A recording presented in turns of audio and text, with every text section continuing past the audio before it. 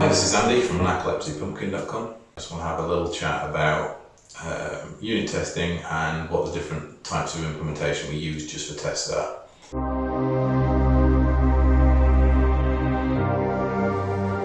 Unit testing, use of fakes, the use of mocks and the use of stubs. So there are some subtle differences between the types of object we use just for tests. By that I mean these are imitations of implementations that exist in the live system. And these implementations are designed just for using in tests. So it means we can cut off bits of the application and just test little bits and pass in these different objects to allow us to complete that test and assert that this little bit works.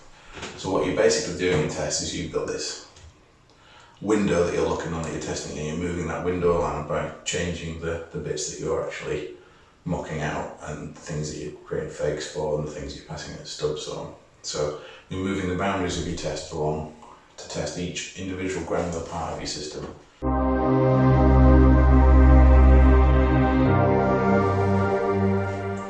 Now, a fake, just like a fake watch, will work perfectly. It'll do the job. It will be, for the majority of the time, undetectable as a fake. It's going to be functional in the same way as the real object is. It's going to act and calculate anything that's designed to in the same way as the real implementation would do, but it's not the real implementation. And the big difference is, like your fake watch, so if you've got a fake Seamaster watch, that is going to fail under pressure. So you go diving with that watch, you get down to 2-3 meters, that's going to start letting in water, it's going to break, it's going to stop functioning.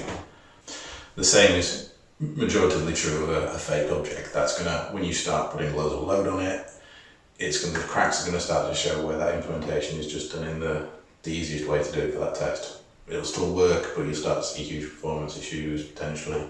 So why would you have a fake?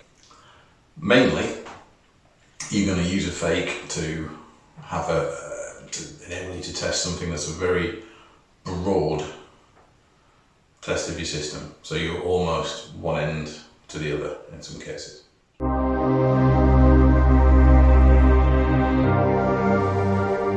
mock. So on the same line as a fake. So if a fake is like a fake watch, a mock would basically be a picture of a watch that you have tattooed on your wrist. Every time you looked at it, it would tell you the same time. It might fool the odd bit of code, but it's the real implementation, which is what it's designed for.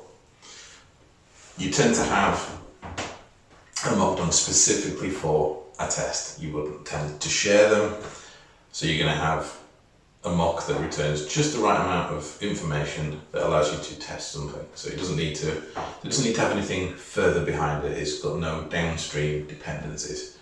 It's just going to return what it's been told to return, and the test will go, what time is it? It'll look at its tattoo and tell you the same time every time, but that's good enough for the inputs for the test or the outputs for the test or whatever you need it to do. Also, it allows you to do a test that's on a particular path that only uses part of that object. Again, if you're finding yourself with a lot of implementations of a mock where more than 50% of the actual properties or functions on that mock are just throwing a not implemented exception, and that's fine for your test because they're not really using them. That is starting to flag. I mean, certainly would to me that there's a chance for doing some interface segregation there and actually splitting that object up into, the implementation for live can stay the same, but you can certainly split the interface that's implementing it into more than one chunk, which will allow you to do those tests at a more granular level and sort of have more specific mock objects, possibly even getting those to be fakes in effect.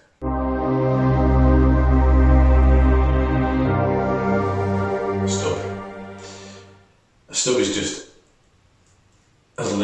absolutely as little as you can get away with implementing to get it to compile, to pass in as a dependency for something, for a test that doesn't really use it.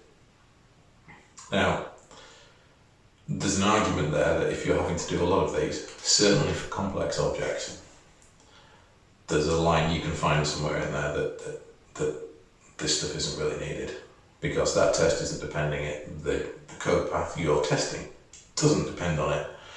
Therefore, there's an argument that there's quite a large chunk of that object does not depend on it. Obviously, if you're testing at a function by function level, again, that's sort of saying that you may be instantiating and depending on too much just to do little things. Hi.